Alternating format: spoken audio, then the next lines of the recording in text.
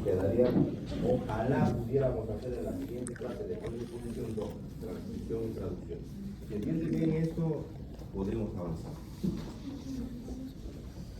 Ok, vamos a ver. Para entender el trabajo con los ácidos nucleicos necesitamos conocer dogmas centrales de la biología molecular y luego de entender esto, saber por qué es eso, podemos ahora recién entender replicación y lo que viene con replicación. Que necesitamos conocer las técnicas de la replicación, los modelos y un poquito ver la diferencia entre la replicación procariota y eucariota. Pero vamos, conforme vayamos viendo el tema, vamos aprendiendo. A ver, ¿qué cosa es dogma central?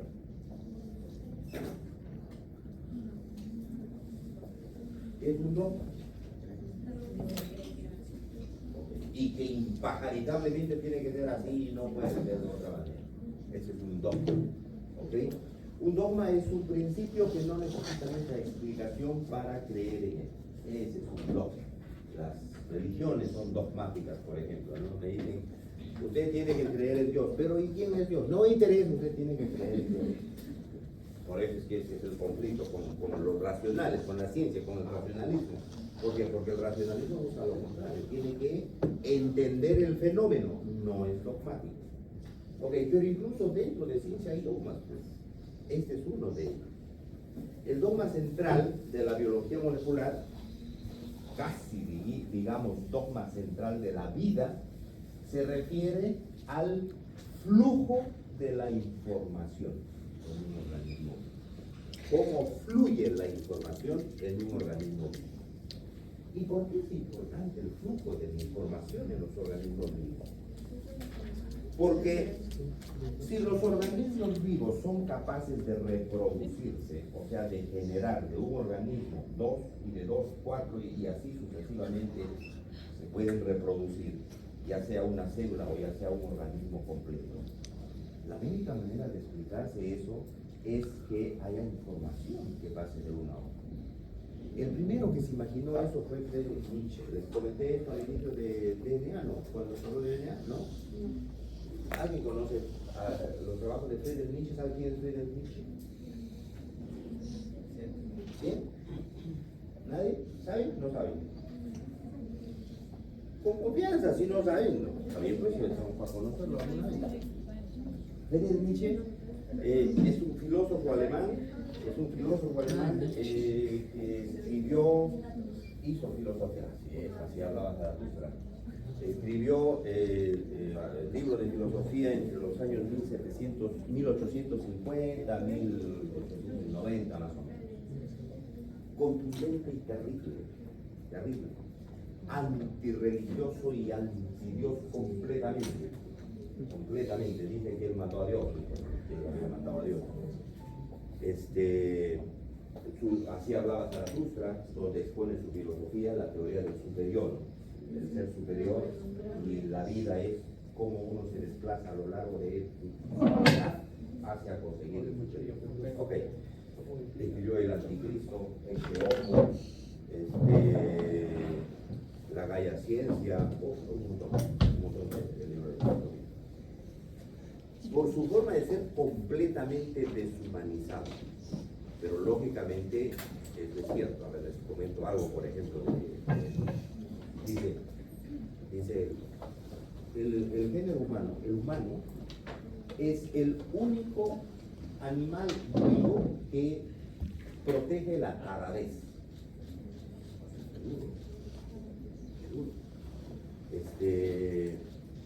Dice, ¿qué cosa hace un animal cuando le nace un hijo sin pierna o con algún defecto?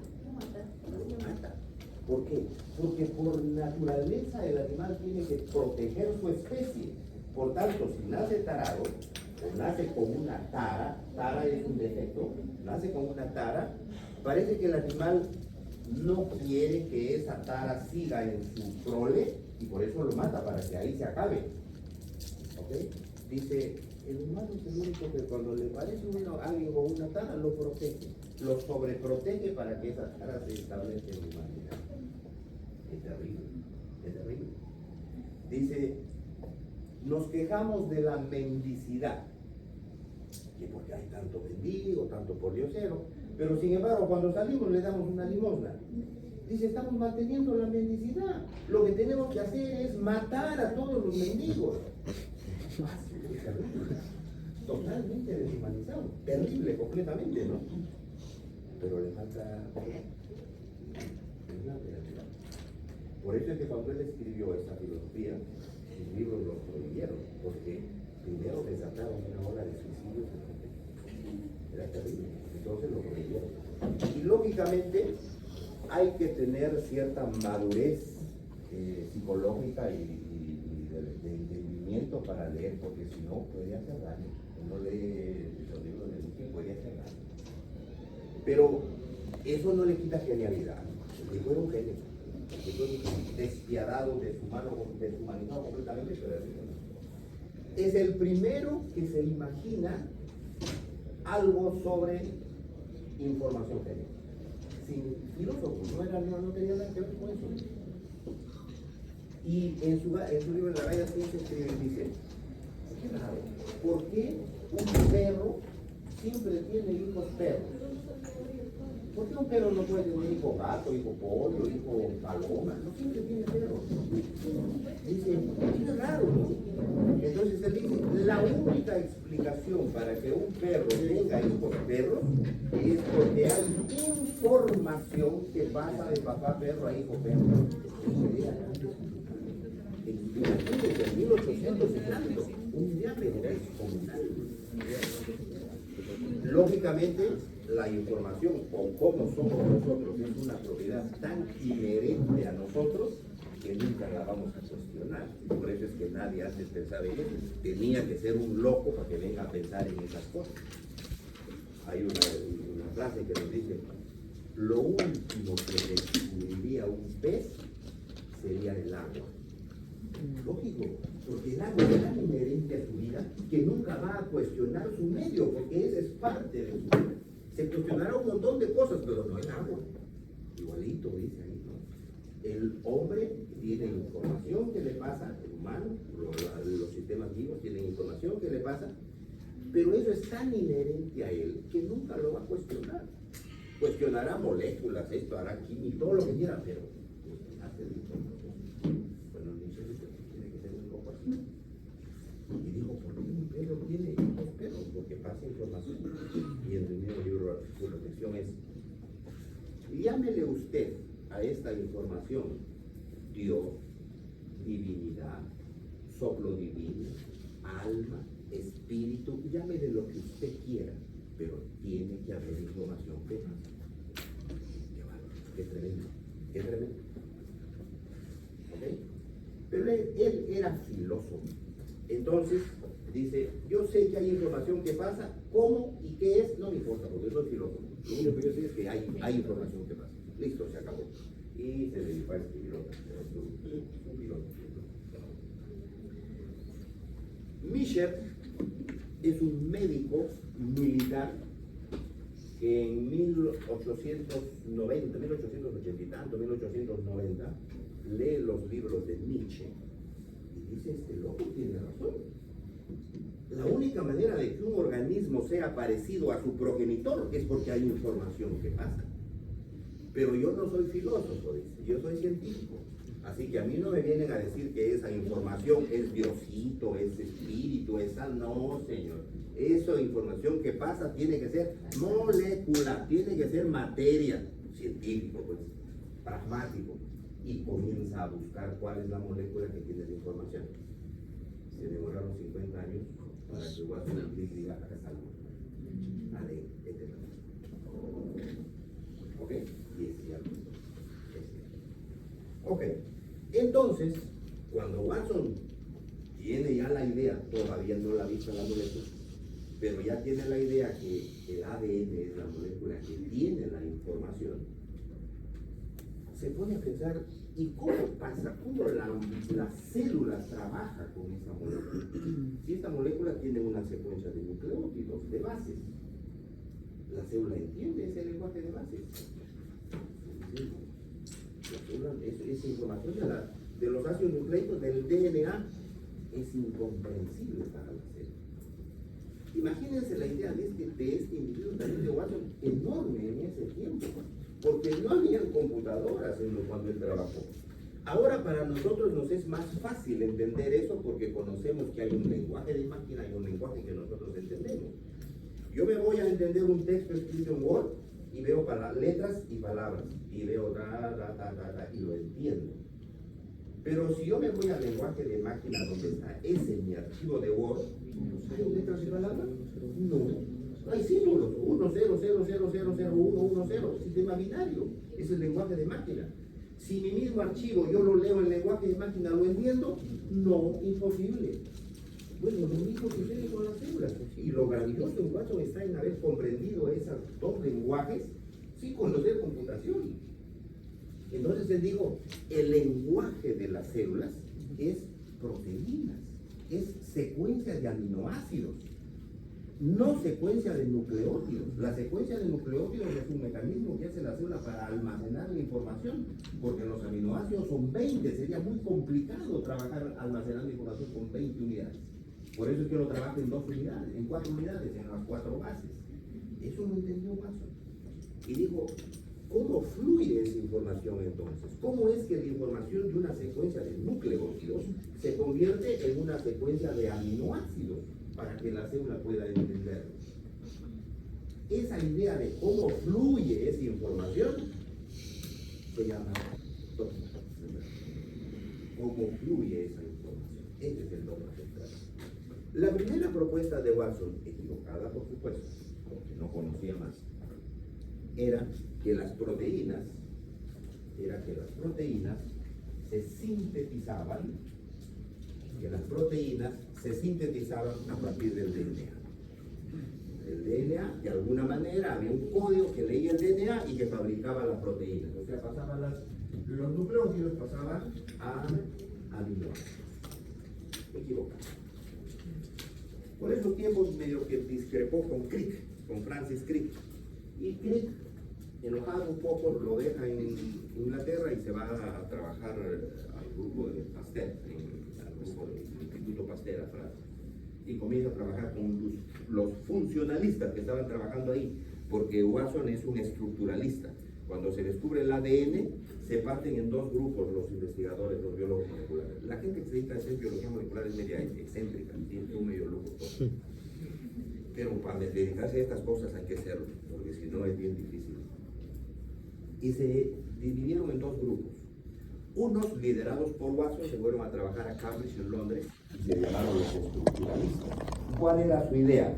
¿Cómo son los ácidos nucleicos? Por eso se les llamó estructuralistas. Querían saber cómo es la molécula y terminaron sabiendo que doble y nucleótido y todas esas cosas. Pero hubo otro grupo que dijo, ¿qué me importa cómo funciona? Lo que yo quiero saber es cómo funciona. Los funcionalistas se fueron a trabajar a Alemania y a Francia, el Instituto Pasteur fue el clave. Ok, cuando después de haber descubierto la doble hebra y se plantea esto Watson, Crick, que trabajaba con él, entra en discrepancias y se va con los funcionalistas. Y tratando de averiguar Crick cómo pasa la información de DNA a proteína, oh maravilla, descubre que hay otra molécula que lleva la información. El RNA. Y descubre que el RNA es una secuencia de nucleótidos, en vez de deoxirribosa tiene ribosa, y que tiene una copia idéntica a la secuencia de nucleótidos en el DNA. Entonces le dijo, parece que este RNA lleva el mensaje del DNA. Le llamó RNA mensajero. Ese es el RNA mensajero. Después él, una vez que ya sabe que hay un RNA mensajero, dice, pero esto no me ha resuelto el problema, porque el RNA sigue siendo una secuencia de nucleótidos, es casi un intermediario. Pero ¿cómo ahora se lee la información de estos nucleótidos de RNA para pasar a aminoácidos? Otros años de estudio y descubre el tRNA. Un RNA más chiquito que lleva un aminoácido y es el que reconoce al mensajero y se va pegando y va fabricando las proteínas. Y entonces comienza a estudiar cuál es la equivalencia, o sea, qué aminoácido corresponde a qué nucleótido. Oh, maravilla, descubre que cada aminoácido necesita 3 nucleótidos, codón le llama. ¿Ok? Y a esa correspondencia aminoácido-nucleótido se le llama código genético. Descubrió el código genético con un japonesito que se llamaba Nirenberg. Con él trabajamos. Crick y Nirenberg descubren el código genético, la correspondencia de aminoácidos a nucleótidos. Ah, pero eso me complica la idea de Watson del flujo. Ahora es a mensajero y de mensajero a proteína. ¿Ok? Y además, como yo tengo ADN, para que tenga hijos, necesitan que estos hijos tengan igual información que la que tengo yo. O sea que no basta con que lea la información para fabricar proteínas, sino que tengo que fabricar una copia idéntica de lo que yo tengo para que tengan mis hijos, porque si no, no podría pasar la información. Y se descubren entonces 3 grandes procesos. El primer proceso, que será la síntesis de DNA a partir de DNA, para poder pasarle la información a los hijos. De DNA a partir de DNA. Replicación se llama eso. Replicación. Necesito otro proceso. Sintetizar RNA mensajero a partir de DNA. Usar la plantilla DNA en la información y fabricar un RNA que lleve esa información. Transcripción se llama ese proceso. Y el tercero, que es emplear esa correspondencia de aminoácidos de nucleótidos para fabricar proteínas a partir de la secuencia de nucleótidos en el RNA. Traducción se llama eso. Replicación, transcripción y traducción.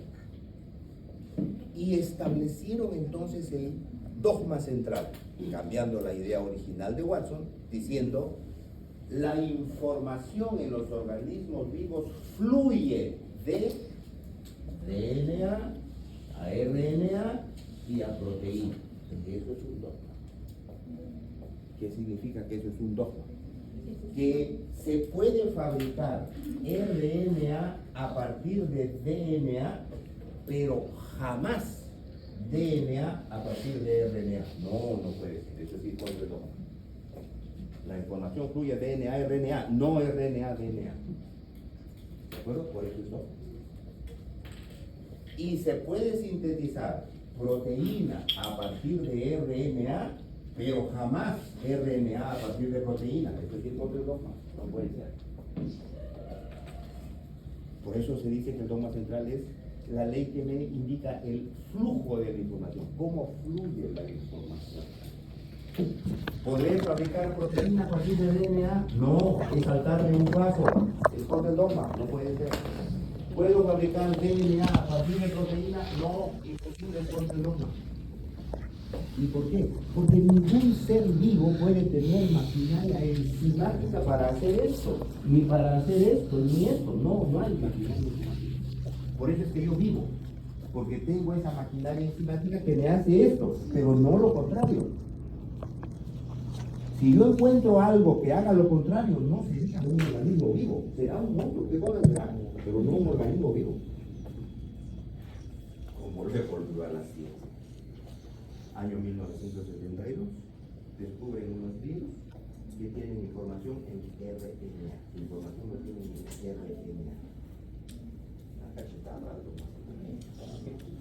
¿Por qué? Porque si tiene información en RNA, quiere decir que para fabricar su mensajero necesita pasar ese RNA al DNA y poder fabricar el mensajero.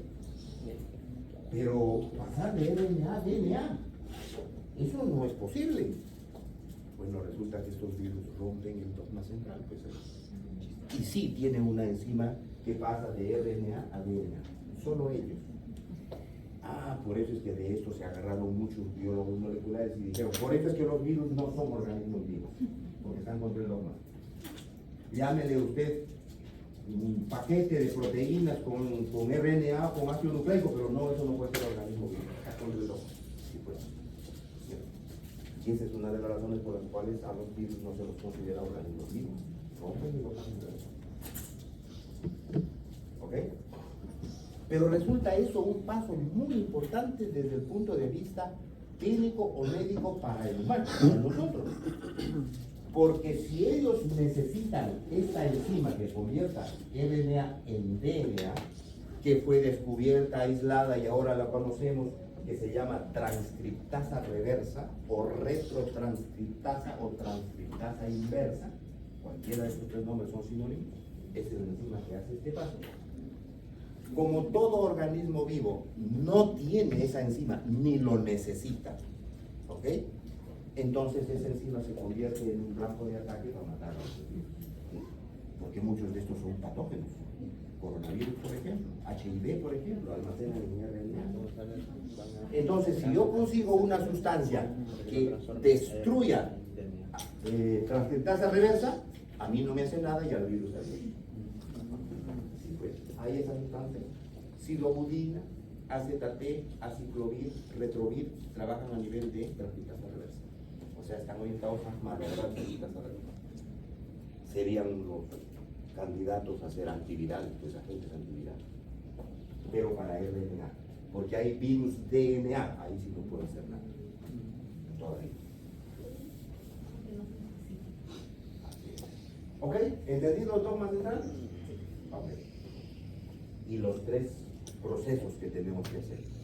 Me olvido del resto y ahorita solamente vamos a hacer replicación. ¿Cómo es que los organismos vivos fabrican su DNA a partir de DNA? Eso se llama replicación. Replicación. La replicación. ¿Sí? ¿Esto tiene clase? ¿Sí? ¿A esto podemos pasar los unos minutos? Se dice que la replicación es semiconservativa, es bidireccional y es discontinua o asimétrica. ¿Por qué se dice que es semiconservativa? Les adelanto, ahorita lo vamos a deducir. Porque las células hijas o los organismos hijos van a tener de las dos hebras de DNA que tiene el progenitor, una hebra de él y la otra nueva. Y el otro hijo también tendrá la otra hebra y la otra es nueva. Ah, por eso es semiconservativa. Es bidireccional porque la hora que fabrique la hebra nueva, a partir de la plantilla, que es la hebra vieja, lo leo en ambos sitios. Ah, por eso es bidireccional.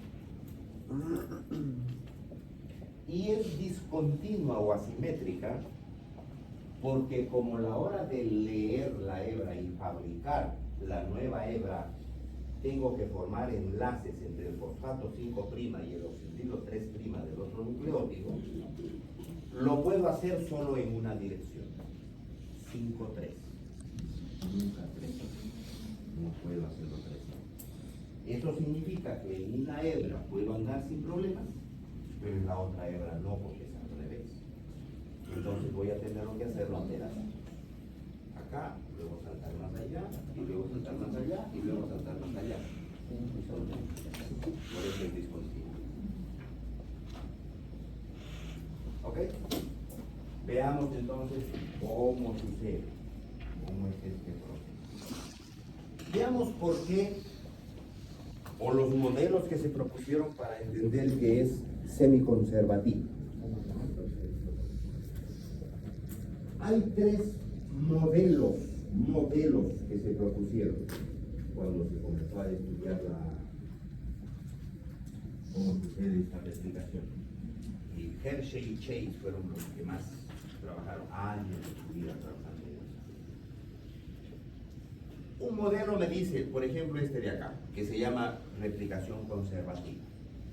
La célula madre tiene su ADN con dos hebras, en negro acá.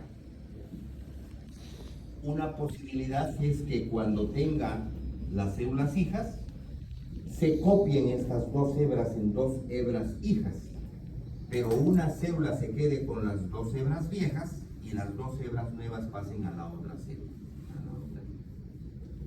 Y luego en una siguiente etapa de esta célula, una hija se lleva las dos hebras viejas y dos hebras nuevas para esta. Pero de esta de acá, las dos tendrán hebras nuevas, claro, porque la madre tiene hebras nuevas solamente. Y así sucesivamente. Esto se llama replicación conservativa o conservadora. ¿Por qué? Porque las dos hebras viejas de la madre siempre se conservan en una hija a lo largo de generaciones. Por eso se llama conservativa. Ningún problema, porque sabemos que el ADN está sujeto a mutaciones. O sea, eso quiere decir que si hay una célula que siempre lleva las hebras viejas, estará mucho más sujeta a mutaciones, por tanto envejecerá más pronto y se morirá más pronto. Esas son más nuevas. Pero no sabemos si eso sucede. Sí, hasta ahorita, todavía, hasta ese momento, hasta los años 50, no se sabía. Otro modelo es este. Este es el modelo de la replicación dispersiva. La célula madre tiene sus dos hebras, negro, de ADN viejo, de la mamá, y comienzan a replicarse en las hijas por pedazos. Entonces, un pedazo de acá y sigue la vieja, y otro pedazo de nueva, y otra de vieja, y igualito en la otra hebra. Entonces, todas las hijas van a tener mezcla, pedazos de vieja y nueva, en las dos hebras. Ah, por eso se llama dispersiva, se dispersa la replicación de todas las dos. Y el otro modelo es este, el semiconservativo, que la mamá tiene dos hebras viejas y cuando se sintetizan las hebras nuevas para las hijas, cada hija lleva una hebra vieja y una hebra nueva, y la otra lleva la otra vieja y la otra nueva. Y luego con estas y así sucesivamente. Se llama semiconservativa porque cada hija está conservando una hebra de la mamá. ¿Cómo sucede? Menudo problema. ¿Cómo saberlo? Porque esto nadie lo ve. El mérito del trabajo de Hershey y Chase, una mujer, la mujer de Hershey, es en descubrir y idear una forma de cómo sucede, cómo averiguar cómo sucede. Y trabajaron con timidina tritiada. El trabajo fue con timidina tritiada. ¿Qué cosa es timidina tritiada? Nosotros conocemos el hidrógeno, que tiene un protón y un electrón. Pero el hidrógeno tiene tres isótopos: protio, deuterio y tritio. El protio tiene su protón y su electrón. El protón tiene masa, el electrón no tiene. O sea, por eso pesa uno, ese hidrógeno, es el protón que tiene. El deuterio tiene protón, neutrón y electrón. Ah, por eso pesa 2, porque el neutrón tiene masa. Entonces, protón y neutrón, 2, el electrón es especial. El deuterio es más pesado. Y el tritio tiene protón, 2 neutrones y electrón. Más pesado todavía, pesa 3. ¿Ok? Entonces lo que hizo Hershey mandó sintetizar, porque no lo hizo, mandó sintetizar timina, pero en un laboratorio químicamente, pero en vez de darle protio, o sea, el hidrógeno convencional, le puso tritio, pesado. La timina, la pirimidina, etcétera, metió un montón de hidrógenos pesados. Entonces era una cosa más pesada. Y luego, enzimáticamente, lo metió a células, a bacterias, para que con esta timina lo fusionen a ribosa, a desoxirribosa, y luego le pongan fosfatos. O sea, fabricó timidina trifosfato tritiada. Timidina pesada. ¿Sí? Y luego, con esta timidina tritiada, cultivó sus bacterias, me parece que fue Neurospora crasa, no trabajó bien con, me parece que fue Neurospora crasa. Los desligó, nosotros en ciencia le llamamos los hambreó, los otros alimentos para cadena y después le meto lo que yo quiero que ella coma. Y le hizo que estas hagan replicación dándole los DNTPs. Los DNTP son el deoxiadenosina trifosfato, deoxiguanosina trifosfato, deoxipirina trifosfato y deoxipirina trifosfato. Lo mismo que han hecho ustedes en el laboratorio con PCR. A la hora de ponerle el buffer mix, tienen los DNTP. Para que pueda fabricar el DNA, pues tiene que fabricar con esos nucleótidos. Pero en él, la timidina estaba libre. ¿Ok? Entonces, les dio esos nucleótidos y la célula comenzó a fabricar su DNA para sus células. Resulta que si este fuese el modelo, entonces el DNA de las células hijas con timidina pesada tendría dos bandas. Una esta que cada vez más generaciones se va haciendo más débil porque solamente queda una que es de las mamás, de la célula mamá, y todas las otras generaciones tienen intercalado el pesado y el ligero. O sea, otro peso molecular, otra banda, dos bandas, una banda delgadita de esta y una banda gruesa de todas las que salen en un gen cuando lo metía. Cuando hacía esto, igual dos bandas también, pero esta más ligera que esta de acá, o sea, más abajo todavía. ¿Ok? Más diferentes. Porque tiene esta de la pesada, sigue habiendo la pesada en una hija y todas las otras son livianas. Dos bandas. Y cuando hizo eso, si fuese este el modelo, a la hora de meterlo en el gel, una pesada, una mediana y una ligera. Tres bandas. Cuando hizo el experimento, encontró tres bandas. ¡Oh, maravilla! Este es el modelo. Así no funciona. Funciona así. La replicación del DNA es semiconservativa. Por eso sabemos que es semiconservativo.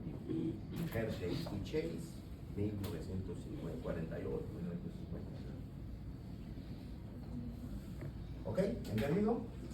Así se supo. Hasta ahí.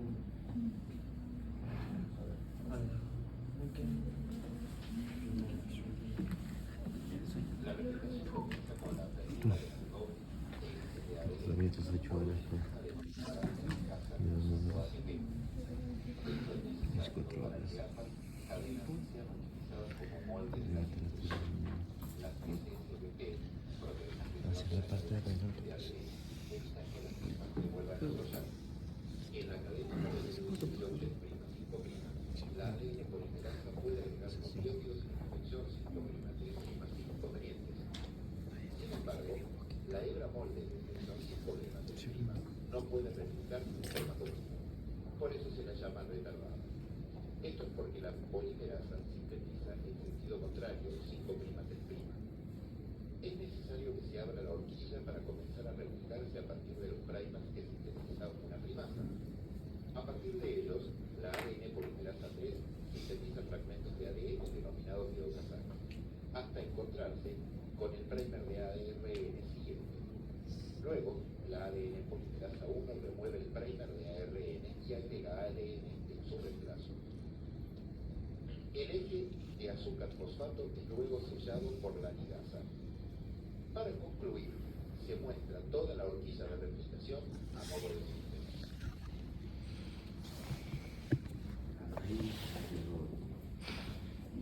La DNA por 1 fabrica. La DNA por 1 me dice, fabrica el DNA. El DNA. Adiciona deoxirribonucleótido, debería haber dicho, debería de repente de pasarse eso después de toda la explicación de la clase. Pero ya tienen idea de cómo sucede, no es tan sencillo. Vamos a ir describiéndolo a ver cómo sucede. Ya sabemos que hay necesidad entonces de hacer hebra hija y que se hace de manera semiconservativa porque va a haber en una hebra vieja una hebra nueva que se sintetiza. Las dos hebras de ADN. Pero comienza nuestro problema. Porque el ADN viene torcido en doble hebra. Entonces, la única manera de entender que pueda fabricarse una hebra vieja nueva, usando la vieja como plantilla, es cuando se abra, Si no se abre, eso no puede funcionar. Porque lo único que yo tengo expuesto sería fosfato. ¿Qué voy a unir a fosfato? Tengo que unir a bases, así que tengo que abrir. ¿Y será que se abre? ¿Y cómo se abrirá? Bueno, ya Hershey tuvo un éxito enorme al trabajar con timidina tritiada, o sea, con elementos radioactivos. Dijo, con esto se puede hacer muchas cosas. Entonces ahí la gente comenzó a mirar en qué otra cosa puedo hacer con otros elementos radioactivos y que sean más potentes de repente que el litio, porque el litio es bien débil. Y aparecieron pues gente que comenzó a trabajar con fósforo 32, con fósforo con azufre, ahora se trabaja con indio, con iridio, etcétera, un montón de elementos radioactivos. Peligroso el trabajo. Ese es un trabajo bien peligroso porque es radioactividad. Entonces hay que trabajar protegido en laboratorios especiales, bueno, eso se hace. Y hay gente que comenzó a trabajar, por ejemplo, con fósforo. El fósforo es más radiactivo todavía, tiene más peso, entonces es más fácil de verlo. Y hicieron replicación tanto en procariotes como en eucariotes, en bacterias como en células de animales más superiores. Y en el momento de la replicación, cuando trabajaron con fósforo 32 y observaron esto en procariotes, que es un dibujo. El procariote tiene la doble hebra, pero circular. Dijeron en algún momento tiene que abrirse esto para que se sinteticen las relaciones. En los eucariotes es lineal y mucho más grande. Entonces en algún momento tendrá que abrirse. Pero como es tan grande, imagínense que se abre uno y esperar a que se sintetice todo, de repente me hago viejo y no termino de sintetizar mi ADN. O sea, debe haber de repente varios puntos donde sucede, donde se abra eso. Agarraron bacterias, nucleótidos con fósforo radiactivo, y luego una técnica que se llama autorradiografía, que es una placa radiográfica que toma una fotografía de lo que está sucediendo amplificado enormemente y se impacta por la radioactividad del fósforo o del elemento radioactivo. La imagen que tuvieron pues. ¡Ay, es verdad! Mira, doble hebra, y acá se abrió. Y se hace una horquilla acá. Ahí está la horquilla. Se abrió acá. Esto está abriéndose así. Acá está la doble hebra y acá se abrió.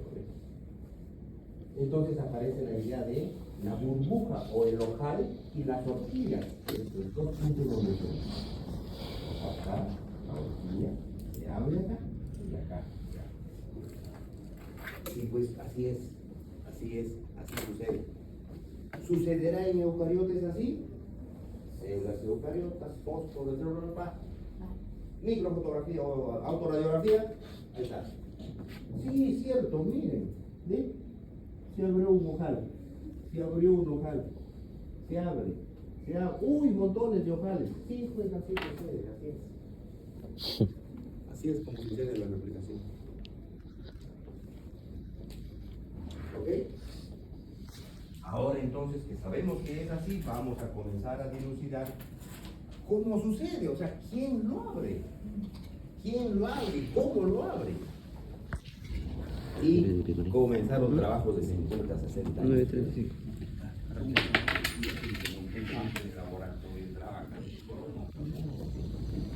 Para llegar a la conclusión que el fenómeno sucede de la siguiente. Primera pregunta. O sea, tendré que reconocer, comienzo a fabricar ADN en la bacteria o en la célula eucariota. Me pego a la doble hebra y comienzo a abrirla. Me pego a la doble hebra. ¿Qué? Ubico una zona o en cualquier sitio se pega al enzima. ¿Cómo la ubico a la enzima? ¿Qué va a hacer eso? No es en cualquier sitio. Hay unas regiones del ADN que se van a llamar origen de replicación, origen de replicación.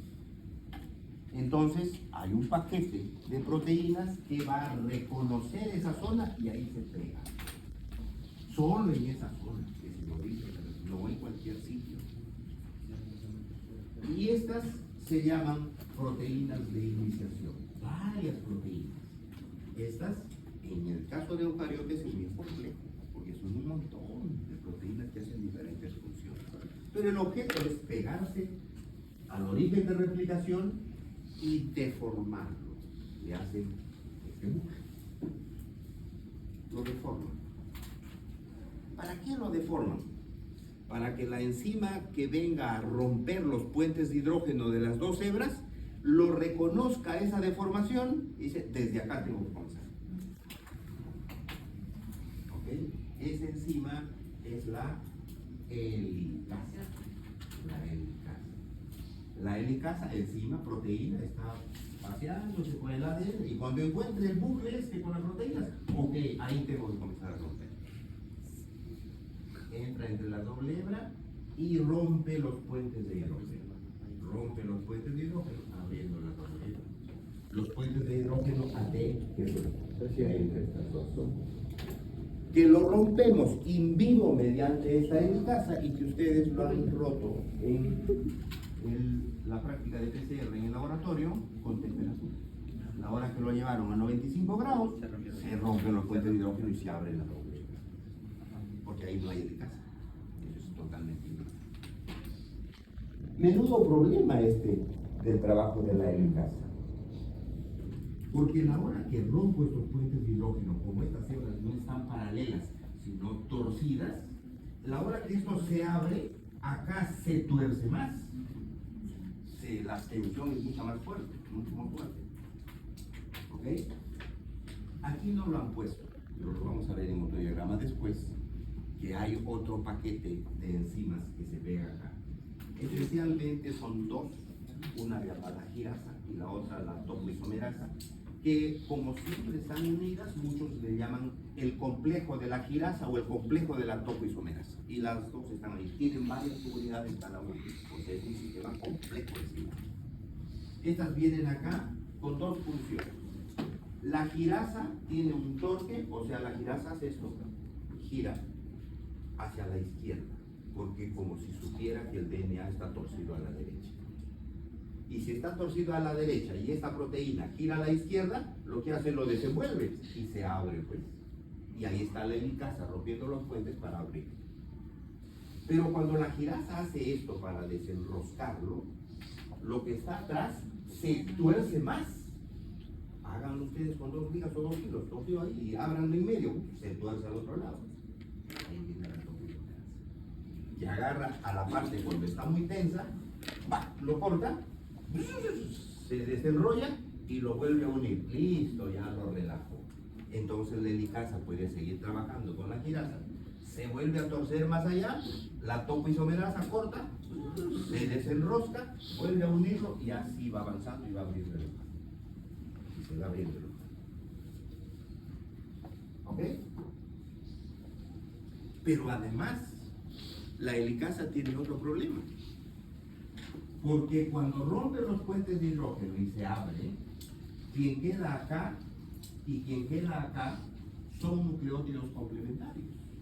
O sea, van a tener tendencia a rehacer otra vez los puentes de hidrógeno. Si son AT, los puentes de hidrógeno.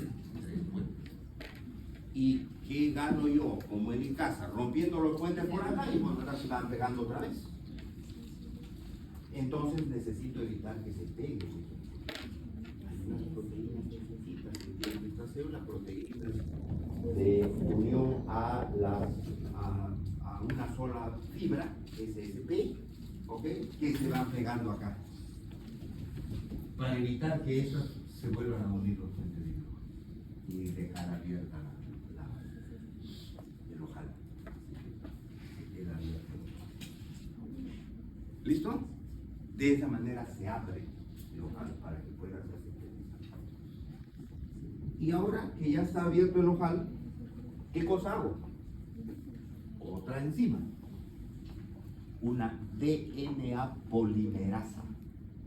¿Cuál es su trabajo de la DNA polimerasa? Fabricar enlaces fosfodiéster con el nucleótido del costado, ¿ok? Cuando el nucleótido nuevo corresponda por complementariedad al nucleótido de la hebra vieja. Es decir, Tengo una timina ahí, entonces la DNA pol agarra puede agarrar una guanina. ¿Tiene? Uy, no toma cuenta de otro. No es, lo bota. Una citosina. Uy, tampoco, la bota. Adenina. ¡Plop! Ahí está, esa era. Timina y adenina.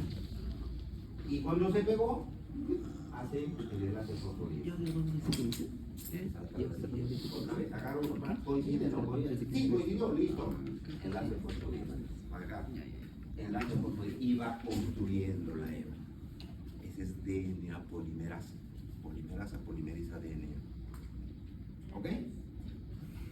Menudo problema para la DNA polimerasa encargada de hacer esto, que es la DNA polimerasa 3, DNA pol 3.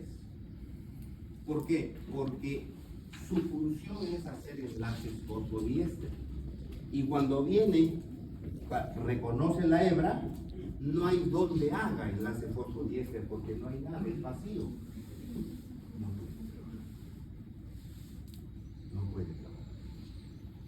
Entonces voy a necesitar de un paso previo, o sea, fabricarle en la hebra abierta un pedacito que sea una colita que la pueda reconocer la DNA pol y pueda hacer el enlace fosfolípido. Esa enzima que hace esa colita se llama primasa. Primasa. La primasa sí reconoce un nucleótido y le pone uno sin hacer enlace fosfolípido. ¿Ok?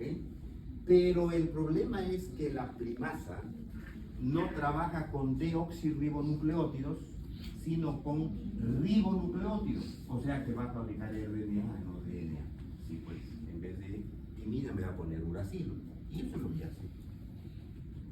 Fabrica una colita de entre 6 a 12 y se desprende. Se va. Pero ya hay la colita, donde ahora sí viene la DNA pol 3, y como ya hay colita, pega y pega, y ahora sí avanza. ¿Ok? Eso sucede. De esa manera se sintetiza.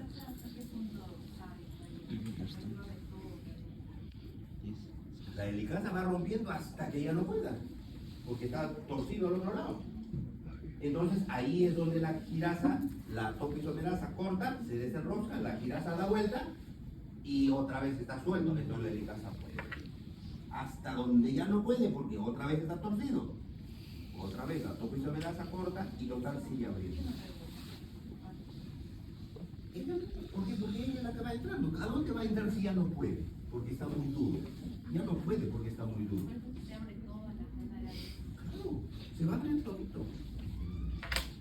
Y voy a tener después doble hebra, esta de acá, que va a ser una doble hebra, pero esto ya nunca se va a juntar. Y esta doble hebra va a tener la vieja y la nueva que se está sintetizando.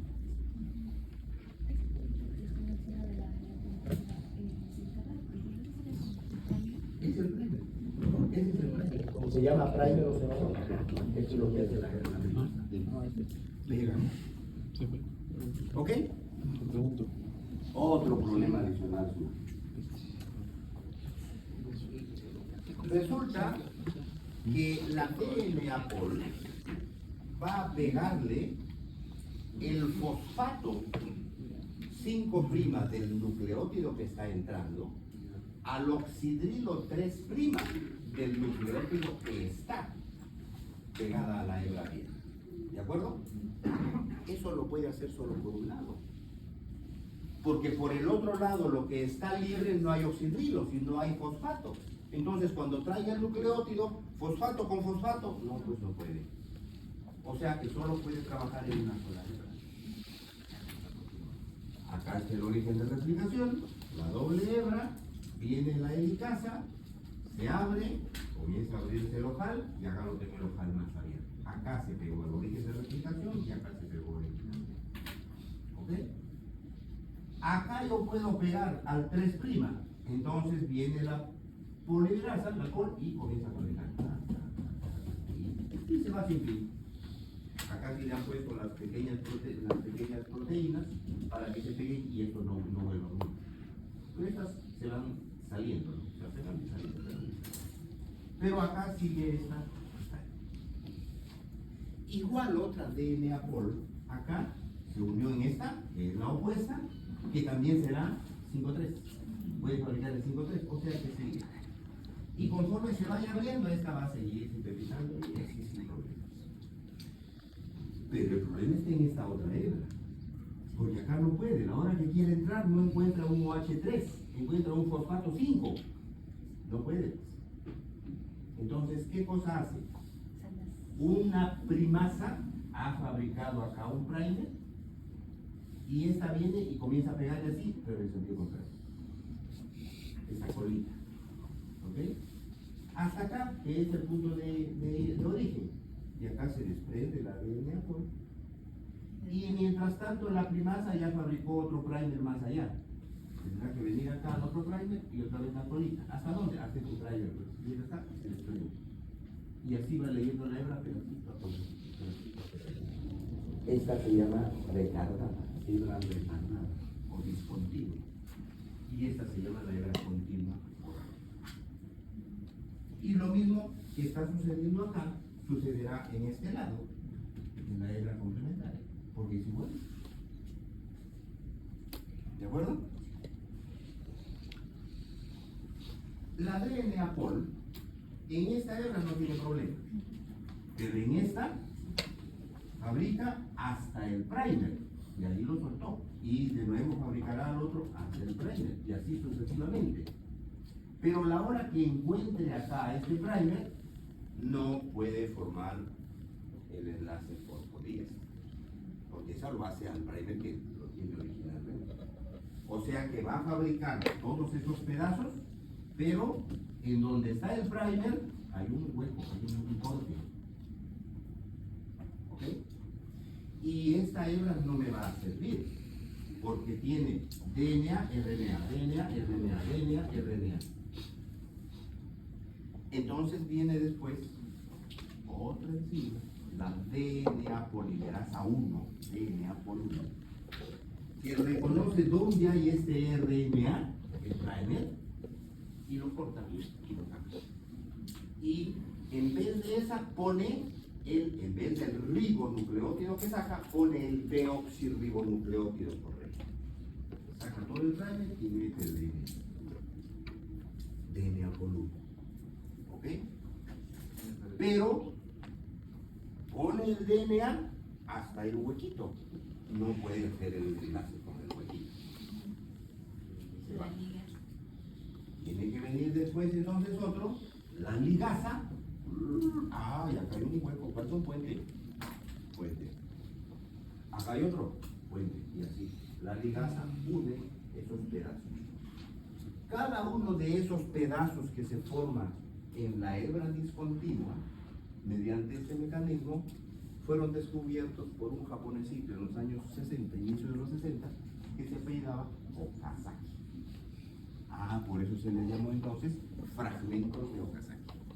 Esos son los fragmentos de Okazaki, que son unidos durante la replicación en sus pasos finales mediante la DNA ligasa. La DNA ligasa une los fragmentos de Okazaki. Así sucede en la replicación. Es todo la replicación.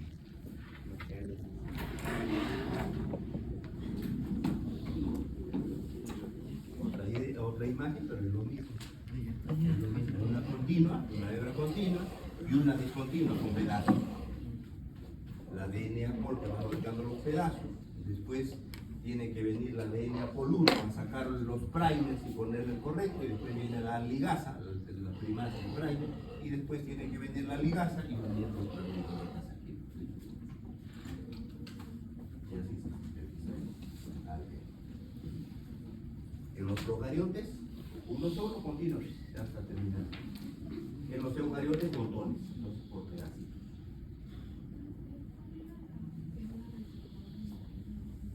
La continua es la que se sintetiza con un solo primer. Un solo primer y va avanzando, y conforme se vaya abriendo, va leyendo y va sintetizando y va sintetizando. Y la discontinua es la que está al revés, la complementaria. Como no puede avanzar en este sentido, tiene que hacerlo así: primer y sintetiza el pedacito. Salta primer, sintetiza el pedacito. Salta primer y sintetiza el pedacito. esa se llama discontinua o retardada, es la que más tenemos. Para que vean lo maravilloso que es esto, a pesar que es tan complejo este problema aparentemente, sin embargo la célula va pegando nucleótidos acá a un ritmo de más o menos 2000 por segundo. 2000 nucleótidos por segundo. Y para que se asombren más todavía, que es mediante un experimento que hace que el porque no es que agarre adenina y lo pegue, porque lo agarra la adenina y lo pegue. No, no es el que corresponde, tiene que soltarlo. Agarra adenina, no es, suelta. Este es citosina, pasa al otro lado y otra vez. No, sí. Unas veces se da así que agarra la primera, pero las otras se la cuarta. Si son 4 nucleótidos, quiere decir que la probabilidad de agarrar uno y entre es 1 en 4 para cada nucleótido, y aún así trabaja a una velocidad de más o menos 2000 por segundo. ¿Se imaginan lo maravilloso que es? Por eso es que mucha gente dice que no, ¿cómo que puede hacer esa cosa? ¿Entendido? Eso es lo que nos necesitan saber de la respiración. Hay más slides ahí que si quieren lo pueden ir revisando, pero es repetido.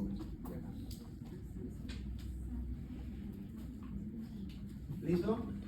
¿Preguntas? ¿No?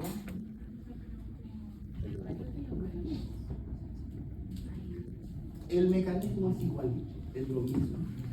En eucariotas se complica un poco porque son varios orígenes de replicación y el mecanismo necesita de más proteínas, no hay más cosas. Pero el mecanismo tiene apoyones, Okazaki, virasa, eso es lo mismo. A ver, ¿alguien me preguntó algo sobre la práctica? ¿Qué cosa de la práctica? La extracción de ADN. Profesor, ¿esto lo hemos visto desde eucariotas? Este es procariotas, porque hay un solo, hemos trabajado con un solo ojal. Pero en eucariotas es de esto repetirlo varias veces, cientos de veces, porque hay cientos, miles de ojales.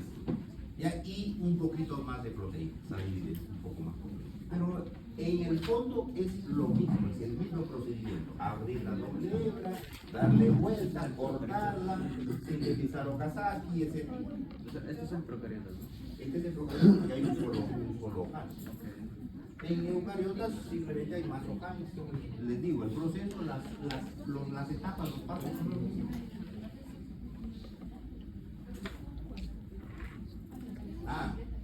Cuando ustedes tienen en la práctica, cuando miden su DNA, tres datos. Tienen 260 sobre 230 y 260 sobre 280. Acá entre 280 hasta 320 debería decir. ¿Ok? Esos son los datos. En el primero van a tener, no sé, pues 6.5, 1.5 y 2, por ejemplo. Esos datos van a tener. ¿De acuerdo? ¿Qué cosa significa 6.5 en el primer dato? Significa que tiene 6.5 nanogramos de DNA por un microlitro de su solución. Eso significa. ¿Cuánto necesito de esto? ¿Cuánto necesito de DNA? Un nano. No, esto es microlitros. Microgramos de DNA. ¿Cuánto necesito para hacer PCR? Un nanogramo. O sea que acá tengo 6.500 nanos. Un montón. Es un montón. ¿Ok? ¿Qué significa esto? Porque cuando ustedes hacen la extracción, no van a tener al final DNA puro. Sí, es muy difícil.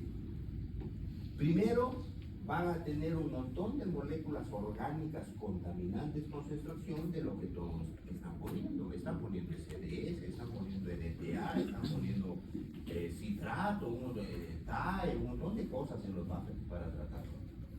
Okay, están teniendo RNA, creo, están teniendo proteínas acá, todos son contaminantes. al final, no es DNA puro. Esas cosas que son moléculas orgánicas también absorben luz.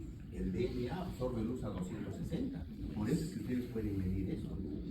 Porque en el espectrofotómetro lanza un rayo. El espectrofotómetro es una maquinita que lanza un rayo de luz. Yo le pongo un tubo, y en el caso de ustedes, la maquinita esta es tan sofisticada que no usa un tubo, sino es una gotita de 2 microlitros, y por ahí lanza la luz. Y la luz va a salir. ¿Ok? La máquina mide cuánta luz entra. Por ejemplo, 10 lúmenes. Pues manda 10 lúmenes. ¿Y cuántas salen? Salen 8 lúmenes.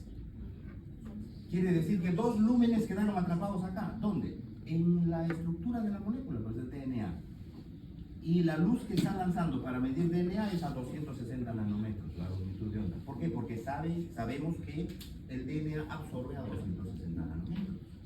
Entonces quiere decir que hay 2 unidades de luz, de energía, que se han quedado atrapadas. Esas 2 unidades corresponden a determinada cantidad de ADN.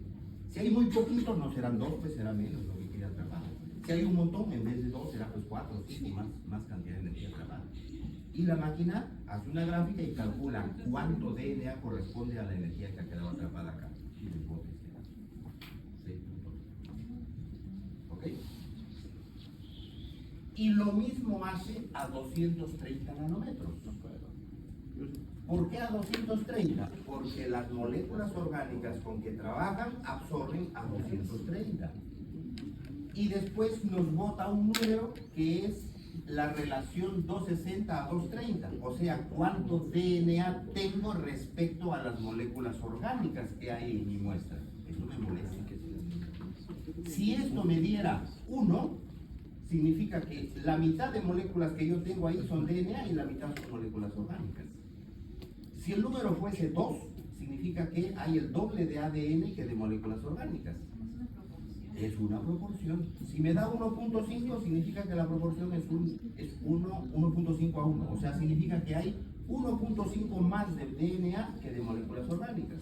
1.5 es bajo.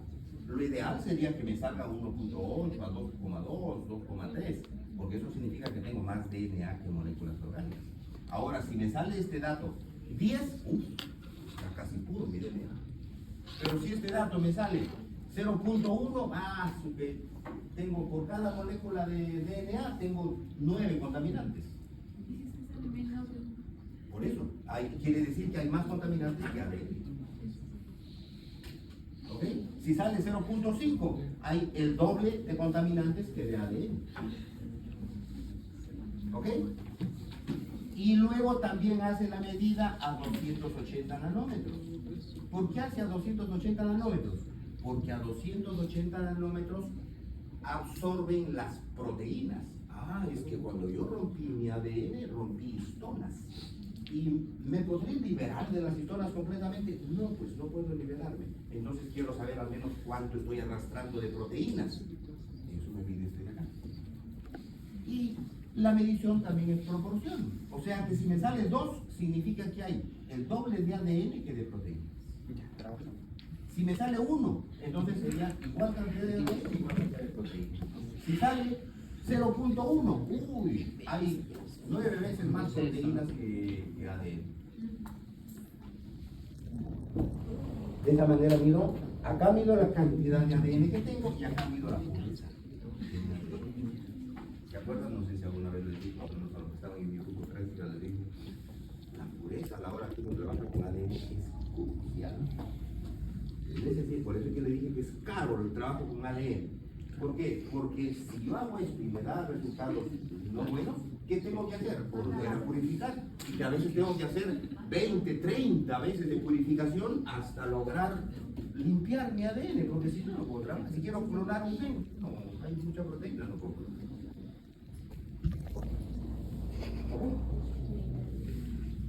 ¿Listo? Una cosita más, de la semana 8 Por La respuesta, primero la respuesta racional que te doy es: no se preocupe por la nota. Lo que deben preocuparse es por saber estas cosas, porque si lo han entendido, no importa lo que les pregunten, no importa si quieren difícil o fácil, lo van a saber. El problema es, no lo sé por qué, porque no lo entendía la hora que me dijeron.